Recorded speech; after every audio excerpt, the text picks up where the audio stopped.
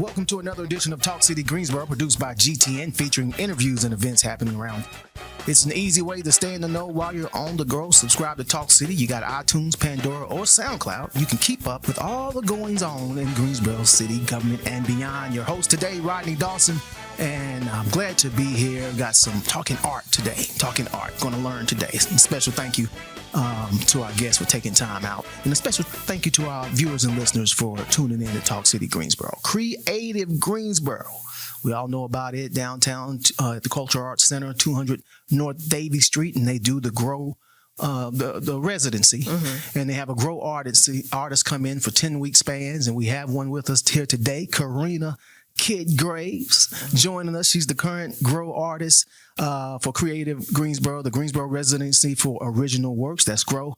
And during this 10-week residency, Graves will explore narratives from African-American neighborhoods and traditions using resources from the Greensboro History Museum. I already saw one piece of work in your lab there. Yeah. And from the local libraries, in addition to interviewing community members. So you're gathering information and you're doing it in a wonderful way to display, and it's just another option for people to learn. So thank you for joining us here on Talk City. Yeah, thanks for having me. Okay. And, I'd like to learn a little bit about you, what makes you, what pushes you, what your passion is. I think I could guess.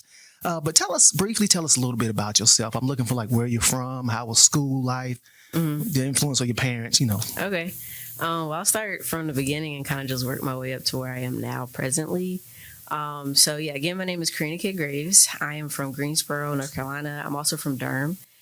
So I've basically been creating since I was little. My mom noticed that I really tapped into the creative side a lot. So I have this really great picture of me when I'm little, cheesing really hard with a pencil or pen in my hand, and there's a little easel behind me. Mm-hmm. So I've always been around art.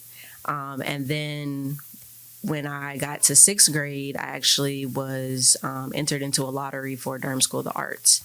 And they are a secondary magnet school in Durham, North Carolina. So I got in, and that's when I started my fine arts education. Is there a particular teacher there that stood out, kind of introduced something to you? All of them. I would say that definitely Mr. Martinez and Mr. Downey, they were the two sculpture teachers that we had. And so being in their classrooms definitely still inspires my practice to this day. Because I work a lot with repurposed materials, and they had closets and shelves full of just random stuff for us to use because they didn't have a lot of a budget. Right. So they were always gathering things for us to play with and work with. So that education with them definitely put me on the track to become a sculptor. So when my first sculpture class was in 6th grade, I remember making this giant 3D cardboard version of my shoe. And then that's when I fell in love. And then they told me they had a wood shop and all this stuff. So I pretty much stuck with sculpture throughout high school as my concentration. Mm-hmm. And then I always knew I wanted to come back home to go to UNCG because I knew about their art program. And I actually did a visit for Destination Day, and I went to the entrepreneurship program. Okay. And I remember sitting in the auditorium with my mom, and we both were half asleep. And she was like, I don't think that this is the right fit for you. I think you should stick with art. And so that's what pushed me to continue to work on my passion. So my family has always been supportive of me being an artist. Still to this day? Still to this day. So my mom is my number one fan, number one supporter. My family always shows up to events, to workshops, to receptions as they can when they can. Whenever I send them something, they're sharing it with their friends. They're talking about me, hyping me up. So I really appreciate all the love and support I get from them, because without them, I wouldn't probably have done as much as I have done. Well, I've seen your work, so it's well-deserved, Thank you. as well. So you truly have the talent. Mm-hmm. And so you kind of answered my next question when you decided to become an artist. It was 6th grade when you made the cardboard 3D, was it cardboard version of your shoe? Yeah. It was a giant Converse. So before that, I was always drawing and sketching, and I wanted to design cartoon characters for Cartoon Network. That was my biggest dream. It still kind of partly is. But once I started working more with my hands, sculpture became my thing. And after graduating from high school, I did come home. I went to UNCG. I gained my BFA with a concentration in sculpture. And then I went off to get my master's. So my MFA is in art, but my concentration was in sculpture. And from there, I fell into textiles. So that's when I started to really become more multidisciplinary. Like I had a foundation in it from all the different types of materials and processes I was learning in undergrad. But when I got to grad school, I really like pushed the boundaries of my experimentation. And then after that, right after grad school, I was accepted into an art residency at Aramont School of Arts and Crafts. Where is that? Gatlinburg, Tennessee. Okay. So it's literally like 30 minutes from Dollywood. Right. And when you get off of the property of Aramont, you're right in the middle of tourism. So you have like the Ripley's, believe it or not, the moonshine tastings, all the crazy wildness of just that area. But then you have this nice small oasis of like artists and craft makers right behind it. So I was there for 11 months. And if you come into the Grow Studio, you'll see the large bird tapestries. Yes. And those pieces were what I created during that time. Is it the same? It's different than the bird, the digital work you have on your Instagram of the bird? Yeah, so I do work in the digital realm a lot for planning and my processes. So that piece actually started off as a digital sketch. Well, paper sketch, digital sketch, and then as I'm transferring the information with my projector, I'm changing the color layout and certain plans that I have. Do you have a favorite between the two, sculpture or textile? I think I'm falling in love with textiles a lot more because it's more accessible and easier for me to travel with it and to create and do things versus sculpture where I have to be in a physical studio or have like a fabrication area, especially if I'm welding or working with metal. So I do a lot of heavy duty like metal fabrication when I'm working in sculpture. We're here with Karena Graves. She's the current Grow artist over at Creative Greensboro. They located at the Cultural Arts Center, 200 North Davie Street. It's a 10-week residency. It already started on January 20th, I believe. Started on January 20th and runs through March 30th. Am I correct? Yes. All right, March 30th. So please check her out. And at the end, I'm going to ask how they can keep up with you, your social media handles and things like that. But I'm hearing you talk, man, the importance of keeping the arts in school. Is tremendous. If they didn't have it, we wouldn't be talking today. You know, so shout out to STEM and STEAM programs and support them and get your kids involved in them. We talked about the residency. It's ended on the 30th. And so now you have this residency here. Yes. Okay, which we talked about it started on January 20th. Yeah. Give us a sense of, well, let me ask you this. Give us a sense of the purpose. Like, what's the mission behind it first? So the mission behind the residency or mission behind what I'm choosing to do? What you're choosing to do. Okay.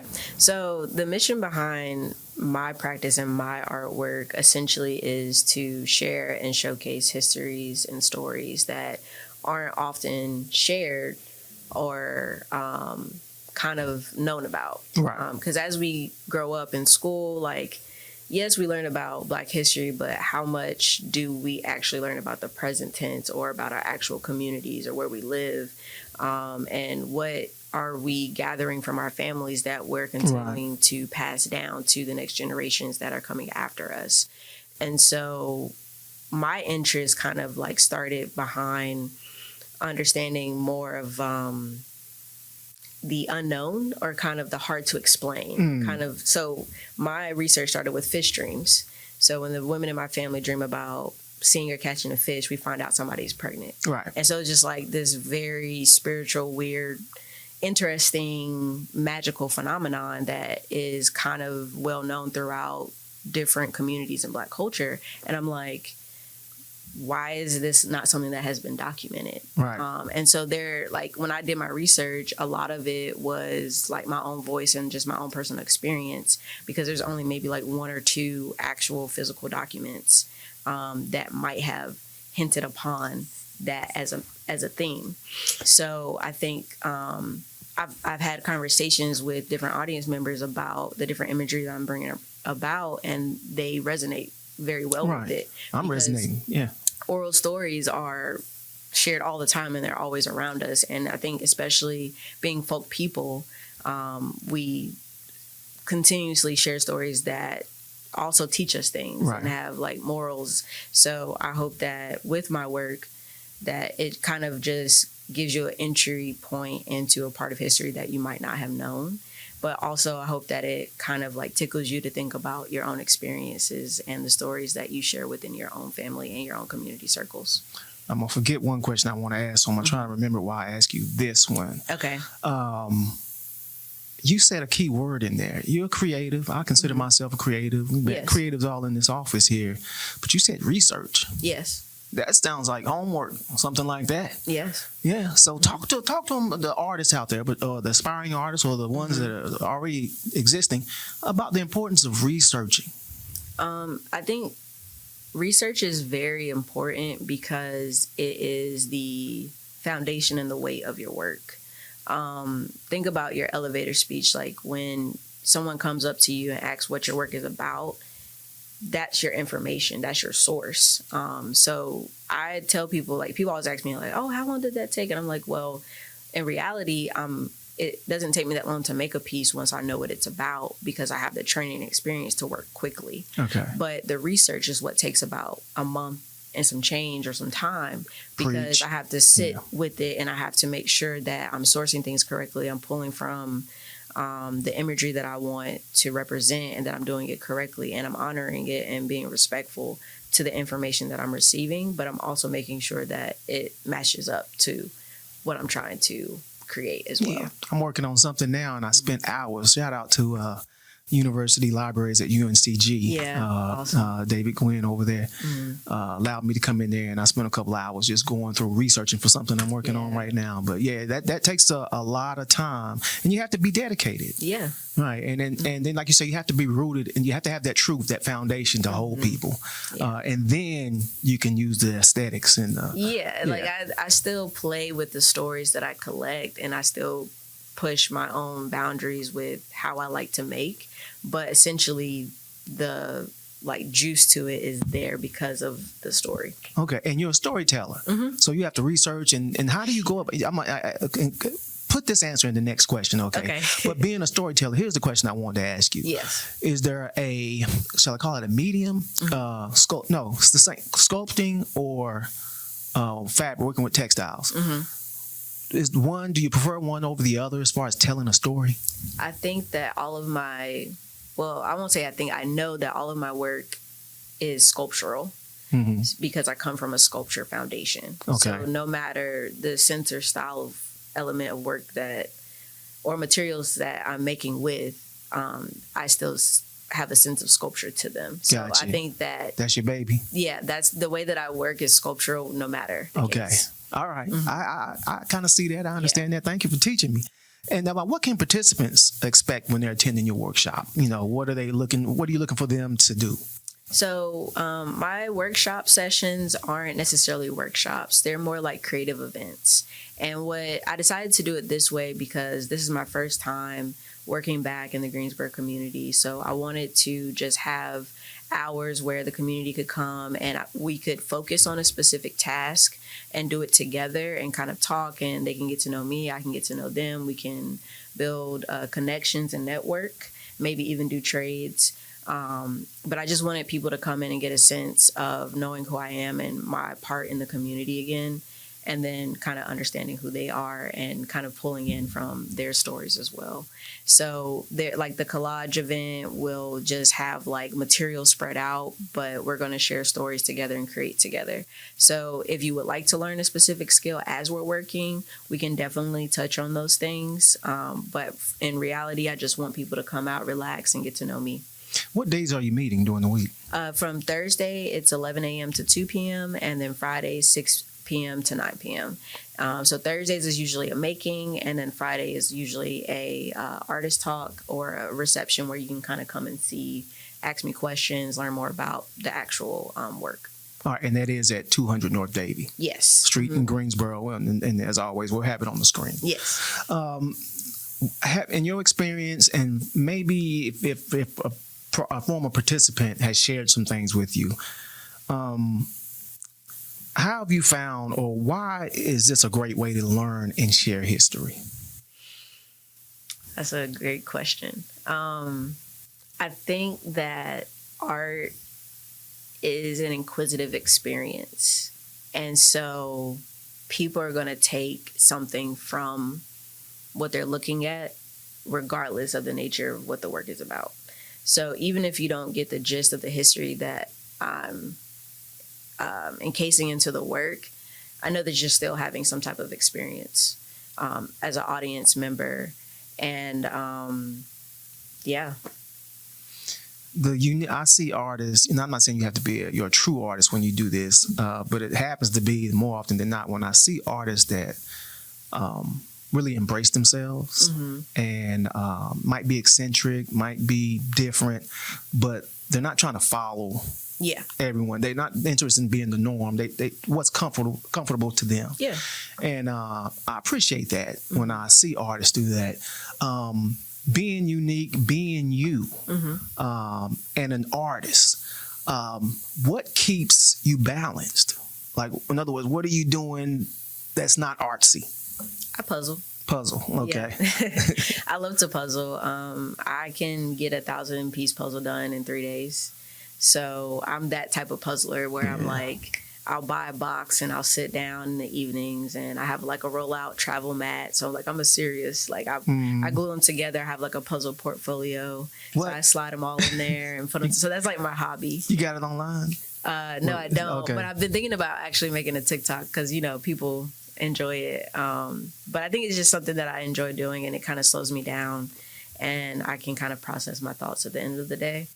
And I definitely think just like spending time with friends and family is kind of like my thing. So whatever they want to do, wherever we go to hang out or just to eat together, it's kind of where I am. Well, shout out to your mom right quick. Yeah. Oh, hey, Mom.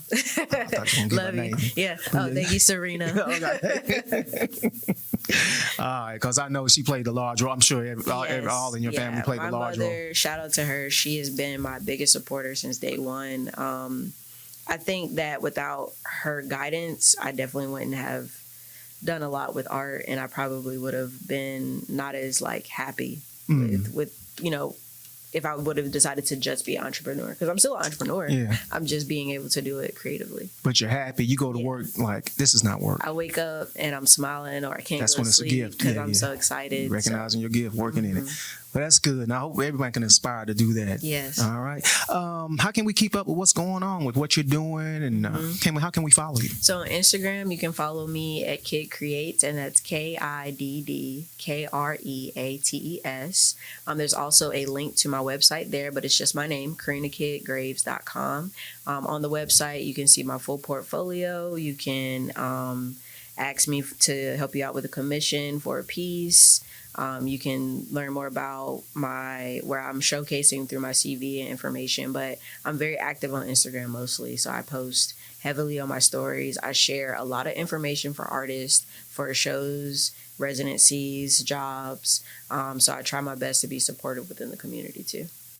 Man, glad to see people when they operate and what their purpose. Yes. So, and I can see that in you, and I appreciate you stopping by Talk City Greensboro. Is there anything else you want to say about the residency or you before we get out of here? I would just say keep in touch with what Creative Greensboro is doing. They have a lot of great opportunities for artists.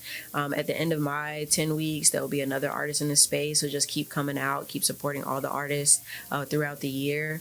The more foot traffic we get, the more artists they can support in the future. So we definitely need the community to show up for us. Karena Kid Graves, thank you. Yes. And thank you for saying that too. Shout out to that small crew, that small but mighty crew, mighty team over there at Creative Greensboro, doing great work. Thanks to all of them. Yeah. All right. And thank you to our listeners for tuning in to Talk City Greensboro. You can stay tuned in weekly by subscribing to Talk City Greensboro on iTunes, Pandora, and don't forget to download it, Talk City from SoundCloud. That's it for this week. Thank you for tuning in to Talk City. Be sure to watch GTN, your official source for news and information about the city of Greensboro. GTN is available on Spectrum Channel 13, AT&T UVerse Channel 99, and Lumos 31. GTN also streams live on Roku and the city's website at greensboro-nc.gov.